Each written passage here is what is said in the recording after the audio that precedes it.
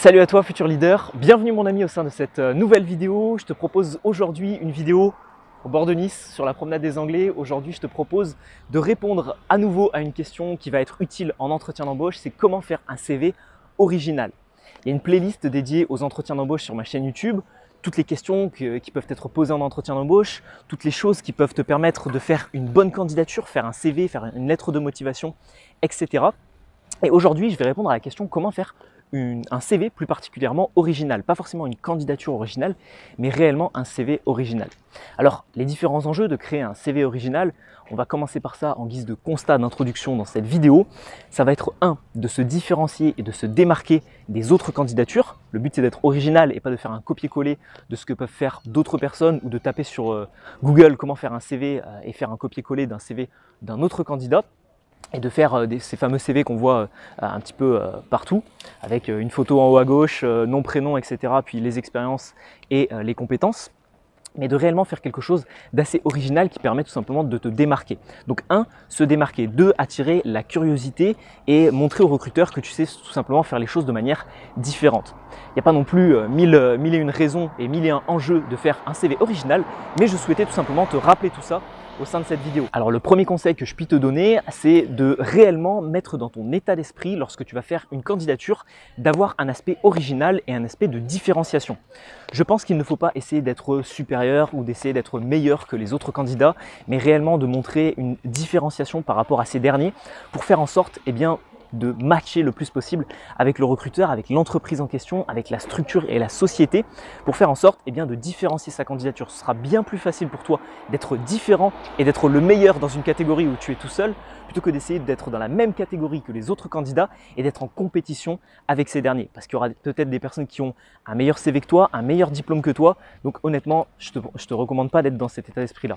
Donc premier conseil, réellement avoir la volonté de faire les choses différemment des autres. Le deuxième conseil que je puis te donner, c'est d'utiliser la méthode AIDA. AIDA, c'est un acronyme qui signifie tout simplement attention, intérêt, désir et action. Et à travers cet acronyme, tu vas pouvoir réaliser un CV qui se veut original et qui se veut également efficace et impactant. Il va falloir que ton CV puisse te permettre d'acquérir, alors je te mets les petites lunettes parce qu'il y a un petit peu de soleil, évitez que j'ai les yeux assez plissés dans la vidéo. Donc le premier objectif va donc être de capter l'attention du recruteur. Donc normalement avec un format qui se veut original, tu vas facilement capter son attention.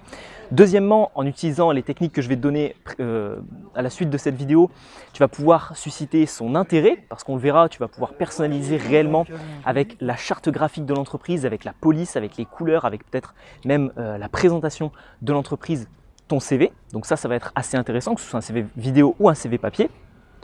Suite à ça, tu vas susciter le désir avec les éléments que tu vas mettre dans ton CV.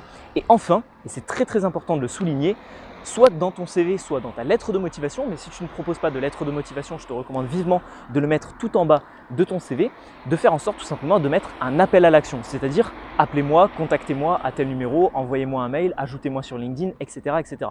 Donc à travers cet acronyme et la technique AIDA, tu vas pouvoir avoir un CV qui se veut bien différent des autres CV avec juste compétences, expérience, passion, etc.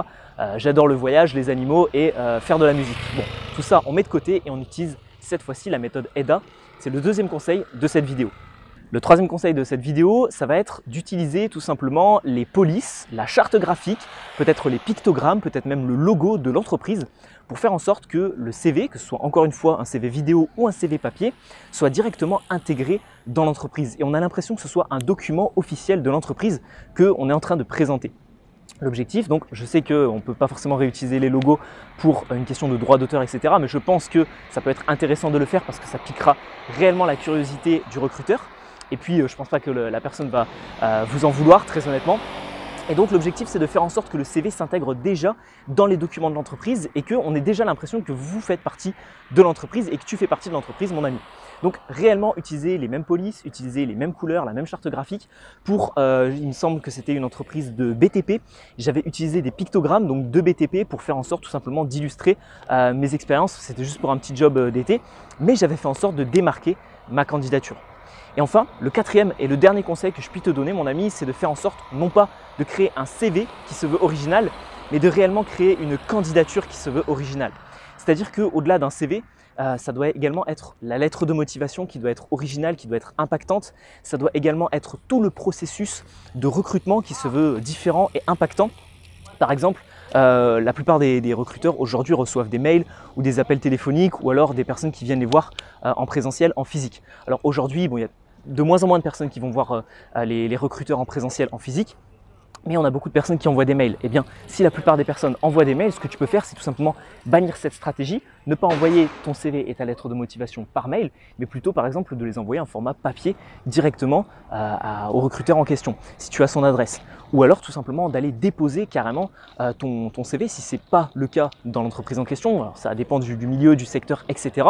Mais vraiment créer un processus de recrutement qui se veut très très différent. Et c'est de cette manière-là que tu pourras donc créer une candidature originale et différente.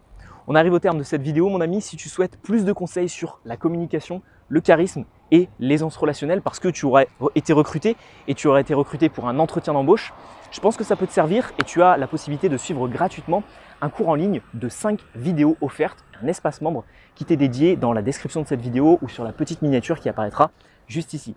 Tu auras juste à cliquer sur cette petite miniature ou dans le premier lien dans la description de cette vidéo et tu pourras bénéficier d'un cours gratuit et totalement offert qui se veut très efficace, très pratique et qui est suivi actuellement par plusieurs milliers de participants.